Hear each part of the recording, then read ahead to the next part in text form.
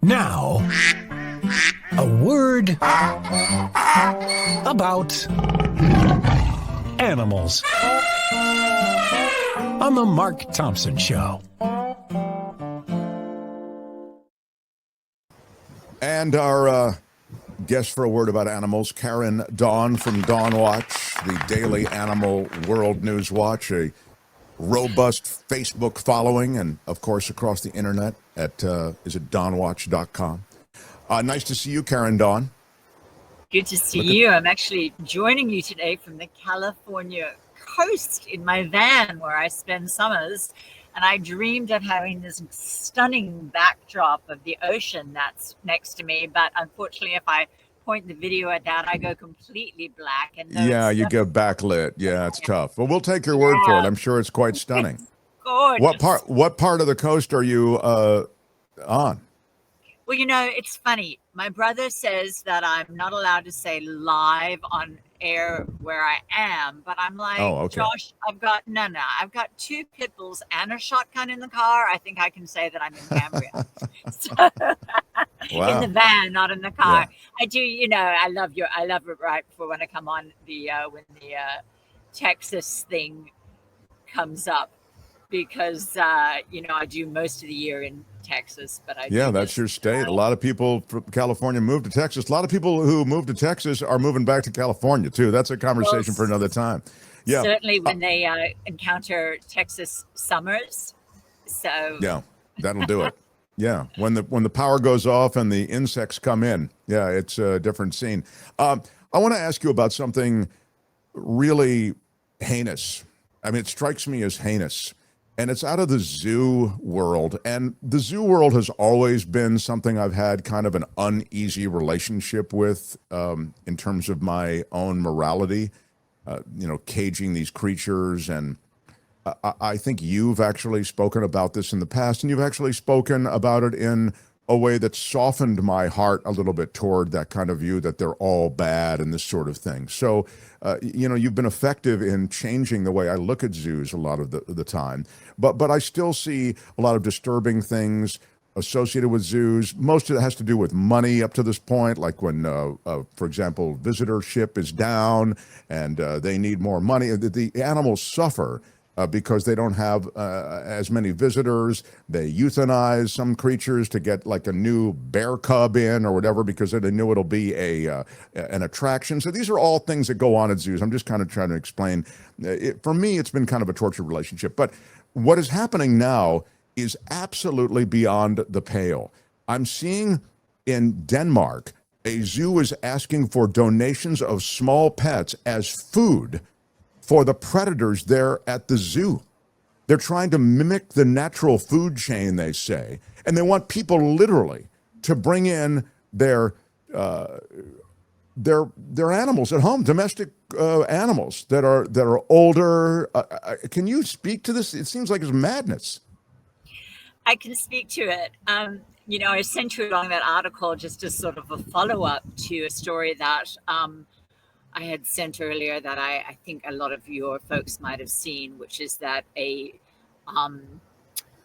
zoo in Germany actually killed 12 baboons for lack of space last week. I was going to get to that, but okay. And, yeah. And, it's all of a kind. It's all of a kind. Exactly. And it's all reminding us that zoos are businesses that can't afford to keep feeding animals that aren't bringing in the bucks anymore.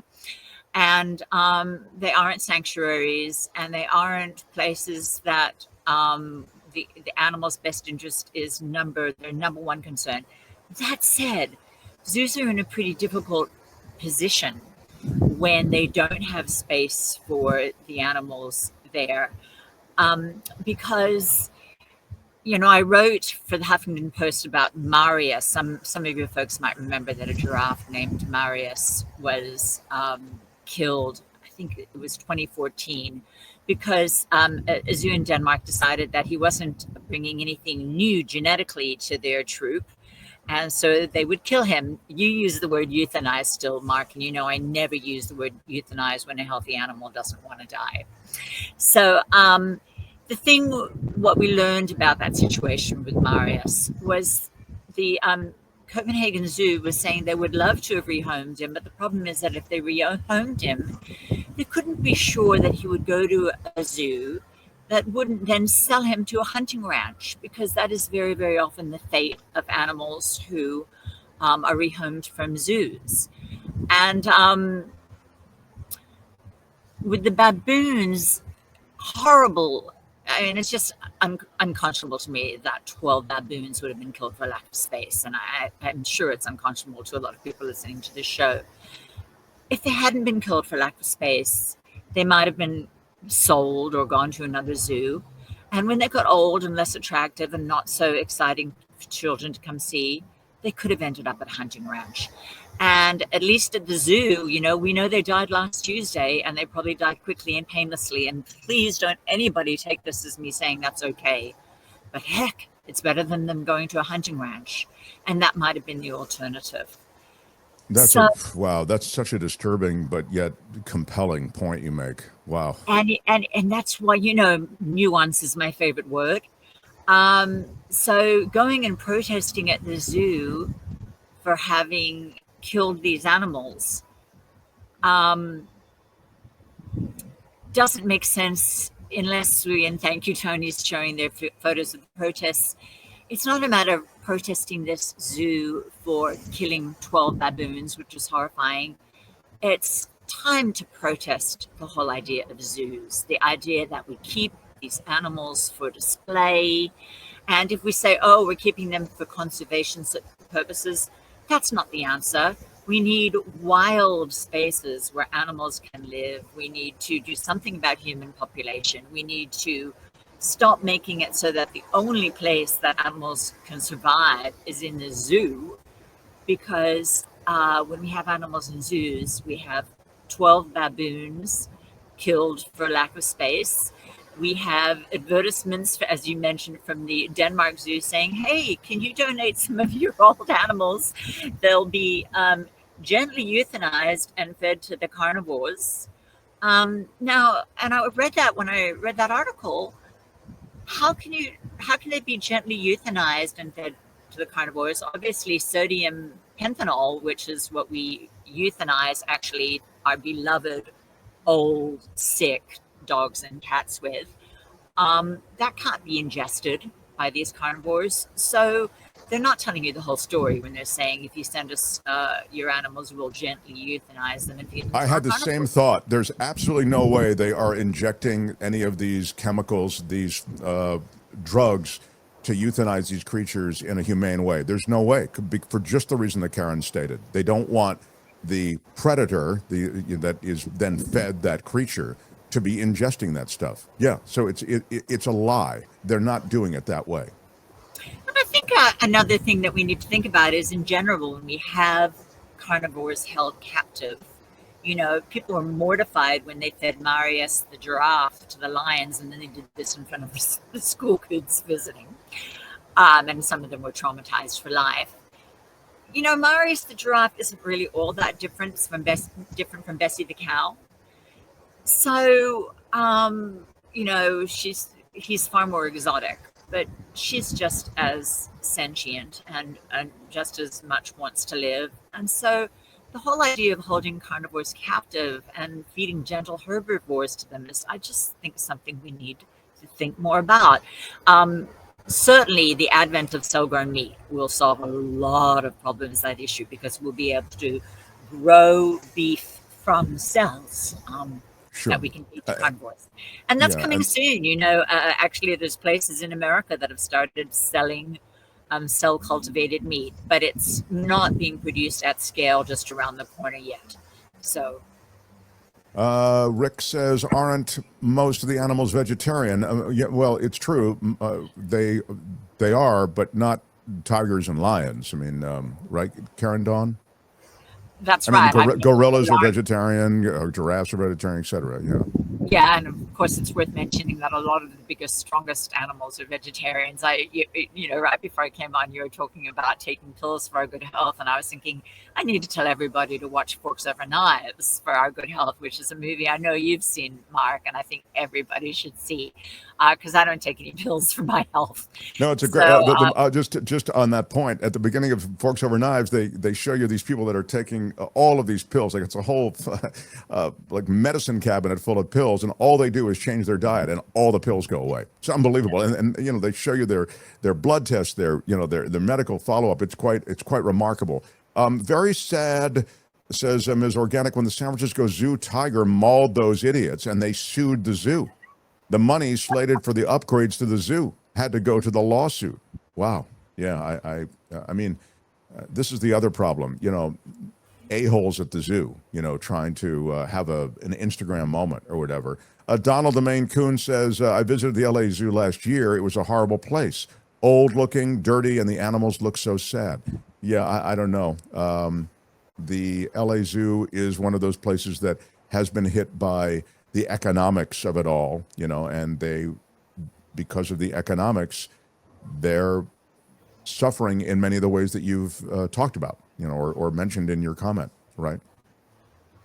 I mean, it's true. So I'm also seeing people saying all zoos should be closed, et cetera. You know, it's funny. As more and more species are endangered, is there a virtue in having any of these species exist in this environment, or is it all just so very bad that we just have to let go of that idea of keeping them alive in this horrible way? yeah, you know, the comment that said those a-holes who were feeding the lions, and then the zoo got sued, and all the money that was supposed to go to the zoo upgrades went to those people. I would not use the word a-holes, but I would say they aren't just misguided people for having interacted with the lions. I think certainly folks of the kind of education level who are listening to your show it's time to be aware that visiting the zoo at all is supporting something that isn't great. I mean, again, these are not sanctuaries, most of which do still allow visitors, where you can, you know, if you go to a farmed animal sanctuary, you can interact with the animals. It's a beautiful thing. But when you go and support a zoo at all, you are supporting some of what we're talking about today, whether it be 12 baboons being killed for lack of space, whether it be Marius killed because he's not helping the genetics of the giraffe population. I think for folks who care about animals have to really rethink the whole idea of visiting zoos at all. There's a pretty robust conversation going on in the YouTube conversation. You can check it out online about zoos, about aquariums, about all these other things. And then, of course, whenever you mention Forks Over Knives, somebody goes, I drink, you know, I eat meat and I'm fine. And it's not the only, you don't have to be a vegan to be healthy. I get it. Okay. It's just a movie that makes a point about changing diet, etc. No one's on a jihad, man. Choke down a burger at lunch. I could give an F, okay? I really don't care, all right? I'm not here to change anybody. Yeah. But if you'd like to get rid of all your pills, I'm really not a jihadist on this, so we're just telling you about an effing movie. Just relax. All right, Karen, I'm special. Yeah, it's DawnWatch, the daily animal world news watch. You can find DawnWatch on Facebook. You can also find DawnWatch on the internet, that World Wide Web. Go nuts on it. I mean, Google it, re-Google it, visit it. And there it is, DawnWatch. We'll keep you posted on a lot of the issues affecting animals worldwide and the way it's being played out in the media. Love you. Thank you for being here, Dawn. And Karen, Dawn, continue your safe trip up the California coast by van. All the best to you. All right. See you, my love. Bye-bye. Bye. All right. That's a word about animals. Join the flock. Again next time for a word about animals on the Mark Thompson Show. Hi, it's Mark, and I thought that was great. Hit the notification bell. You'll know whenever there's a new video being dropped, and please subscribe to our channel to help us save the universe.